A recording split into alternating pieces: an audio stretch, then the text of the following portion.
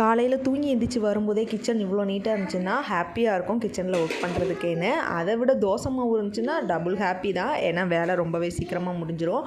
So நேற்று தான் மாவு அரைச்சிங்கிறதுனால இன்றைக்கி இட்லியும் சொரக்காய் சாம்பாரும் தான் செய்ய போகிறேன்.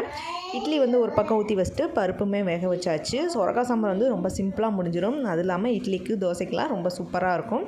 நைட்டு வரைக்கும் வச்சுட்டா நைட்டுக்கு வெண்பொங்கலும் வச்சு சாப்பிட்டுக்கலாங்கிறதுனால சொரக்காய் சாம்பாரோடு வச்சாச்சு. ஃபஸ்ட்டே பருப்பில் தக்காளி, சீரகம், வெள்ளைப்பூடு, அப்புறமா பெருங்காயத்தூளெல்லாம் போட்டு வேக வச்சுடுவேன்.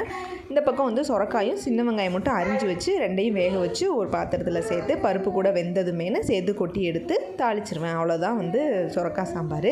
இட்லிக்கு செம்ம டேஸ்ட்டாக இருக்கும். காய்கறி சாம்பாரோட சொரக்காய் சாம்பார், பூசணிக்காய் சாம்பார், பீக்கங்காய் சாம்பார்லாம் நல்லாவே இருக்கும் டேஸ்ட்டு.